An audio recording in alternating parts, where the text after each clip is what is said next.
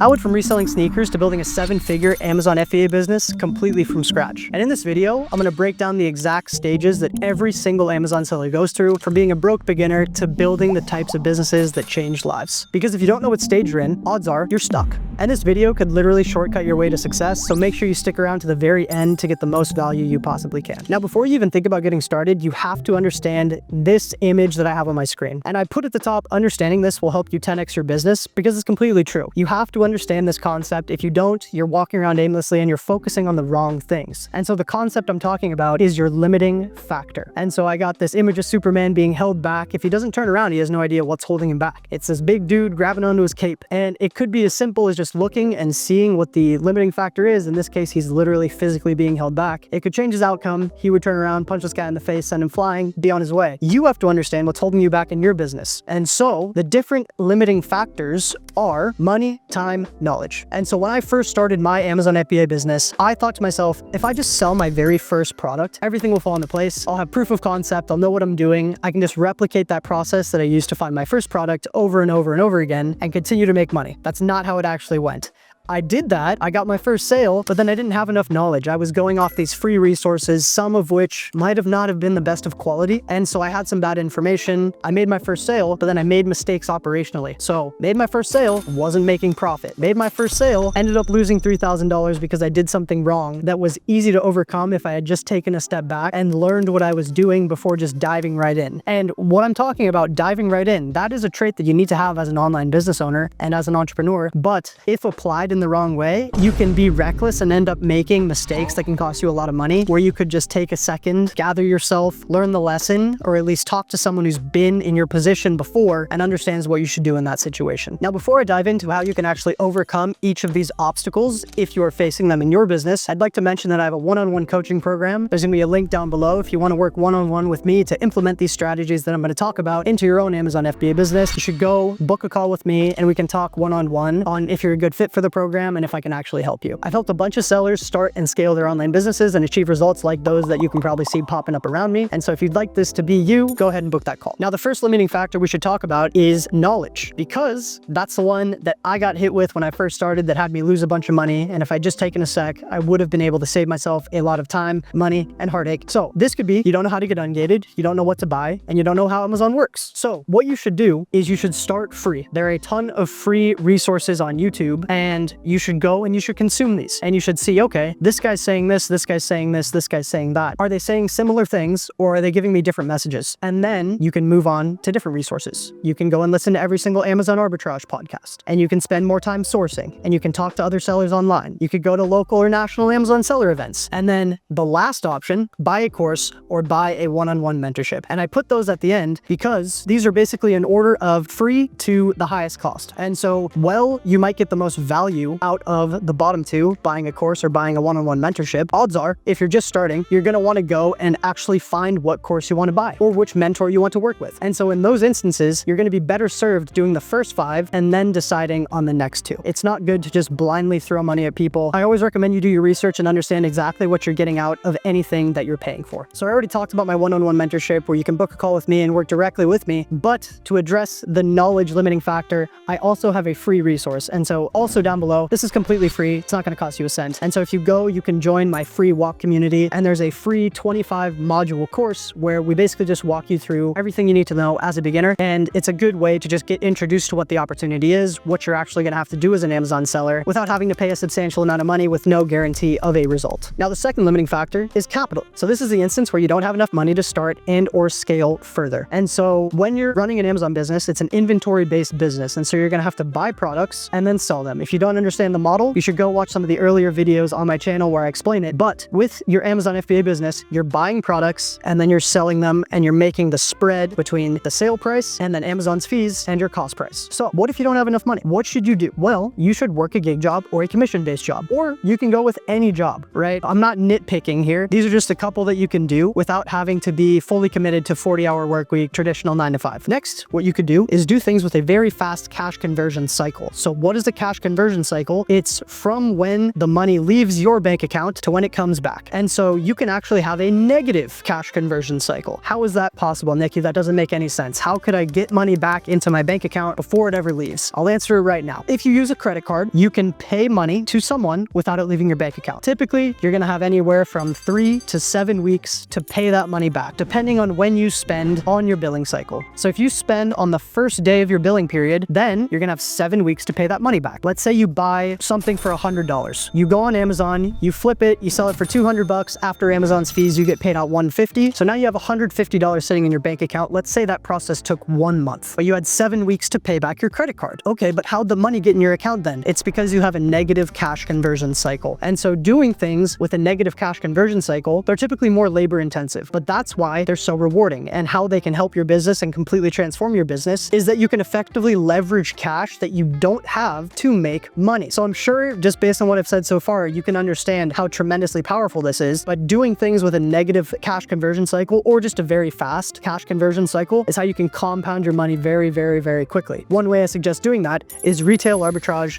and then selling those products via FBM. Let's say you go to your local Walmart, you buy a bunch of product and then you sell it FBM, which is fulfilled by merchant. Basically, you are fulfilling the orders as opposed to FBA, where Amazon is fulfilling the orders. Customer places an order, you take a UPS label, shipping label, you slap it on the product, send it directly to the customer. Doing that is how you can get a very fast cash conversion cycle and even slip into the negatives. Another option is you can get a loan from a family member. So this is something that I've done relatively consistently within my business. I'll ask my mom, my dad, my little brother, a cousin, just say, hey, could I have a few $1,000? I'll pay you back with interest on top in a month or in 2 months or in 6 months. And then they get a return on their money and I get to use that capital to go and compound and make a lot of money in my business. Another way that you can get a loan is by opening a 0% interest intro APR card. A lot of words there, but basically what this means is you can go to a bank, they give you a credit limit. Let's say it's a $5,000 credit limit and they'll say, well, you're going to get a 0% intro APR. What that does is it means that you can spend up to that $5 and you can keep that balance without having to repay it for an entire year, being charged 0 interest. And so if you do this on your personal credit, it can hurt your credit score because you're carrying a large balance. If you do it on a business card, like I do all the time, it doesn't impact my personal credit. I have a very high credit score, but I carry a ton of debt all the time. How is that possible? I have an LLC and I have the business cards housed under that LLC, under the business. And so I don't get hit with those personal credit carrying those balances. And so my personal credit doesn't tank to 300. So that's the way in which you can get interest-free capital. It does take a little while and you do have to have a really good credit score to get approved and to get higher limits for those types of cards, but it definitely is an option. And then additionally, you can get a loan from a bank or other financial institution. And so again, in order, I go by how do you get money for free? By expending your time, I guess, for the first, get a job. And then how can you borrow money that you have to pay back with interest over time? So the last option, getting a loan from a bank, obviously you have a cost of capital associated with that. Now, the final limiting factor that I'd like to talk about is time. And so a lot of busy professionals that I talk to, they're limited by time. And so I have to help them work through that and become more efficient in their business, put in systems, hire people to make it so that their business isn't as dependent on their direct input of time. So me personally, I will sell over $2.5 million on Amazon this year, 2025. But the amount of time that I will put in this year versus previous years to sell roughly the same amount is substantially less. The way in which I've been able to do that is by installing systems and taking advantage of the exact strategies that I'm going to explain right now. So first things first, stop scrolling, start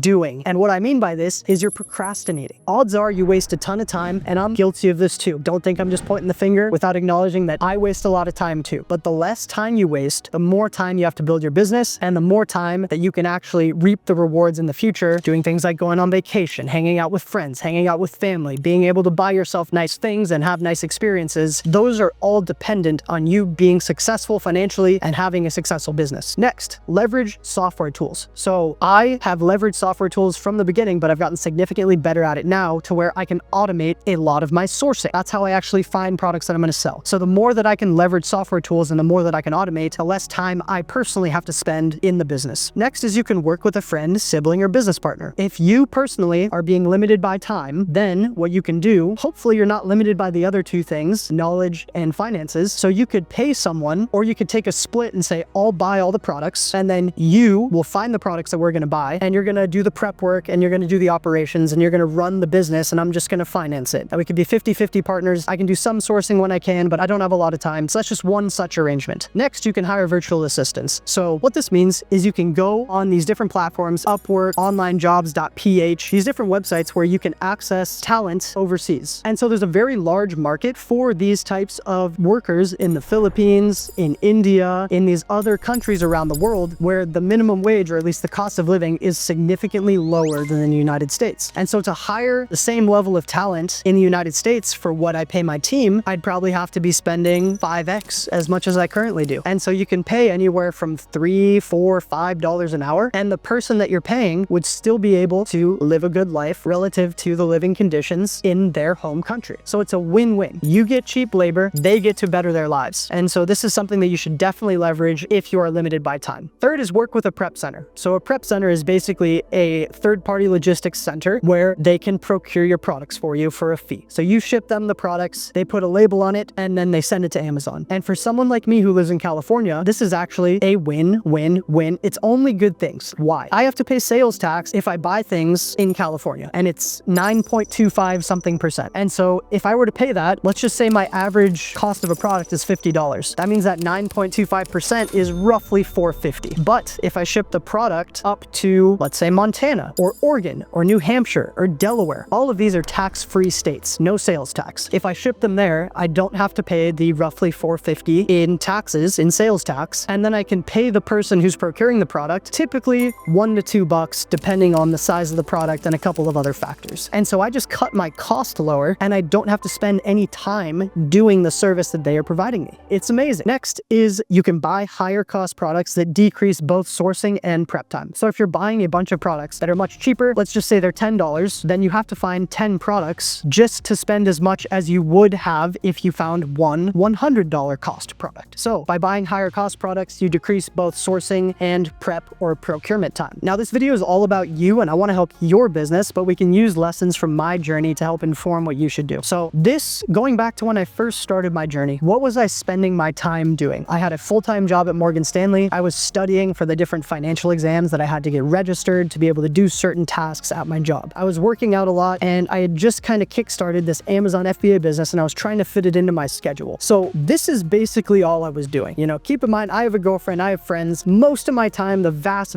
majority of my time went into my work, working out, and trying to scale this Amazon FBA business. So based on this, what would you say my limiting factor was? I'll do a quick pause. I'll give it to you. My limiting factor for the most part was time and knowledge. For the most part, I was good on finances. I was working full time. I was getting a monthly paycheck and I was able to earn a living for myself and was still able to have some sort of discretionary income. Most of that would be able to fund my Amazon FBA venture. So in terms of the knowledge, again, going back, I made that big mistake. What I ended up doing was buying a course. That was one of the best things I could have possibly done. Then in terms of time, as soon as I passed my financial exams, I had this big chunk of time where I just had to figure out how to reallocate that into the Amazon business as opposed to getting distracted and going and doing these other things that I would have found fun at the time. And so that time piece, it will require sacrifice if you want to make this business work. It just will. It's going to require lifestyle sacrifices. It's going to require time sacrifices. And initially it's going to require financial sacrifices because you're going to go and have to create an LLC, going to have to buy a bunch of inventory, take money out of funding your lifestyle and push it towards something that hopefully can better your life down the line. But that is what every business is about. That's what life is about. It's about making investments and making decisions that you think are going to benefit yourself down the line to make your future situation better than your current situation. So again, I just want to reiterate, sacrifices is the name of the game. Sacrifice things so that you can build your business and have it spitting off cash flow so that your future self looks back and says, damn, I'm so proud of that guy or that girl that made that decision. And now here I am, and I get to reap the rewards of all the hard work and all the good decisions that I made. Now, before I move on, again, what you're going to want to do, figure out what are you limited by? Is it time? Is it knowledge? Or is it finances? Hopefully it's just one mainly of those three things. If you're limited by all three, I can't really help you. You need to have one of those three that you're very strong in. And so then you can go and act on what I'm about to talk about. And that is choosing a strategy. Now, these strategies, you can't just jump into them blindly. Warren Buffett once said, risk comes from not knowing what you're doing. And that absolutely applies. I see sellers get burned all the time because they don't know how to pick the right strategy. So let's help choose your strategy for your business. So I sent out this tweet a while ago. Amazon arbitrage sourcing methods ranked by margin, how much money you can make when you sell the products. Retail arbitrage is one, then online arbitrage, then brand direct, then wholesale from distributors. And then ranked by scalability. Wholesale's first, then brand direct, then online arbitrage, and then retail arbitrage. And I'd also like to add in something, accessibility. So all of these you can go and do, but some have higher barriers to entry than others. Online arbitrage, you sign up for an account on a website and you can place orders directly. I'd say that has the lowest barrier to entry. Then retail arbitrage, you got to drive somewhere. So instead of just being on your laptop, I consider that a barrier to entry. Then wholesale from distributors, you can go and you can create these accounts, but you typically have to get a sales tax permit, you have to have an LLC, and you have to just negotiate and work with these sales reps. So it's just a higher barrier to entry. And then going to a brand directly, they're typically very, very strict on who they sell to. They're the ones who are typically selling to the wholesalers. A brand will sell a bunch of product to a company, that company goes and distributes it for them. And so if you're just an individual trying to sell on Amazon, it's a little less accessible than working with some of the bigger wholesale companies that carry a variety of different brands. So with all this in mind, going back to our limiting factors, what do you think you're going to want to do if you're limited by finances? You're going to want to do the thing that has the highest margin, the most profitability associated with it. So what I would suggest you do is do retail arbitrage and online arbitrage. If you're limited by time, you're going to want to do the things that are more scalable. And so you're going to want to try and open up wholesale accounts and open up brand direct accounts. And then if you're limited by education, you're going to want to learn about this stuff. So again, we have a lot of strategies on how to do that, but you're going to want to learn about one of these and then take into account those other two factors on your limiting factors, the time and the finances, and then educate yourself on whichever fits your specific profile. So to summarize, retail arbitrage is the best if you're not having a ton of cash and you have a ton of time. You'll build up a bankroll pretty quick, and then you'll be able to perhaps move on to a more scalable sourcing method. Next, online arbitrage. It's essentially the same as retail arbitrage. You can still find really good deals, but the best deals you're likely going to find in terms of overall profitability are with retail arbitrage. So online arbitrage is sort of a just next step up in terms of now you're making some money. You made some money with retail arbitrage, you have more to spend, and now you have more capital than you can spend at the different stores that you have access to in your local area. Then wholesale and brand direct, you're going to be competing with the big dogs. You better have a huge bankroll, and you better be able to communicate with sales reps and perhaps brands and present yourself well and give them an idea of how you can benefit their business, educate them on Amazon. And so you need to be very prepared for those, but it's also best for those that don't have a ton of time to consistently be going and finding new retail arbitrage opportunities. Now, let me just walk you through exactly how I scaled to $2 million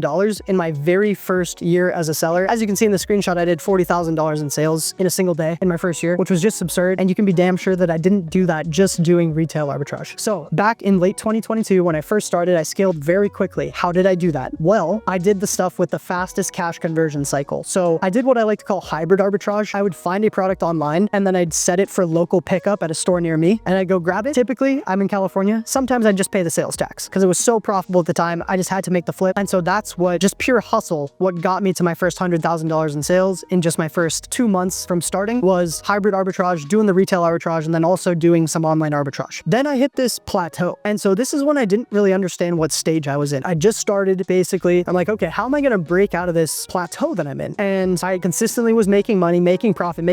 Bankroll was going higher. And I'm thinking to myself, okay, I'm still limited by time. At this point, this entire year, I was working full time. And so with the profit that I was making, I said, okay, let me invest in a wholesale course. I did that in April. And then it took a while. It took a few months, but then things started to click and I started to find wholesale suppliers and I started to place orders. And then slowly that snowballed into just an explosion of sales that you saw into the end of the year. So you can see how I was constantly reassessing what my limiting factor was, trying to figure out what is stopping me from growing and then changing my strategy to adapt to my new circumstances. So once you've found a strategy and you have things that are working for you, scaling further is not just about doing more of the same thing for the most part. It'll get you to a certain level, but then after a while, you're going to have to find new products, new ways to grow your business. After you buy more of the same ASIN, there's just more to do. There's different strategies, more things that you can implement to grow further than wherever you're at. And this could be for the seller that's at $5,000 per month. It could be for the seller that's at $50,000 per month. It could be for the seller that's at $500,000 per month and even further. So let's talk a little bit about those. One thing that Jeff Bezos likes to talk about is this concept of hitting a business grand slam. And so I have the exact quote here from the Amazon 1997 shareholder letter, and I'll just read it. This is part of the overall quote, but the difference between baseball and business, however, is that baseball has a truncated outcome distribution. When you hit the ball, the most runs you can get is 4. In business, every once in a while, when you step up to the plate, you can score 1,000 runs. And so I've started teaching this and I've started talking about this a lot more frequently because it holds very, very true when sourcing for your Amazon business. For the most part, you're going to find a lot of products that have 10% ROI, 15% ROI, 20% ROI. Maybe you can sell them 10, 20, 30 times per month. That's great. But what you want to be looking for, and this is what completely transformed my business. This is what took me from doing $20,000 to $30,000 per month to now doing consistently over $200,000 every single month for years on end. I started looking for home run products. And so this is my personal dashboard from my sales in July of 2025. We just ended a week ago. I believe it's August 7th or so when I'm recording this. And I just want to take a look at this and get this lesson across to you. Look to hit home runs after you have an established business where you're making money. How I like to look at this and how I like to teach it is that when you step up to the plate and you're sourcing, you're going to find a lot of singles. You're going to find a lot of products where you can hit a double, maybe even a lot of products where you can hit a triple. Then you're going to find some home runs, but maybe every month, maybe every few weeks, maybe even longer time horizon, maybe every quarter, you're going to find a grand slam product. And that grand slam product is not just one where you make 4 times as much as a single. This is an example of a grand slam product that I've sold consistently. This is the top performing product in my catalog. And from this one single product, I made over $8,000 in profit in just a single month. So I made more than I would make on average from the highest salary that I was ever paid from just this one single product. And so I found this product, and it's just, once you find a grand slam product, you have to make the opportunity work for you. Let me give you the hallmarks real quick of a grand slam product. These are products that sell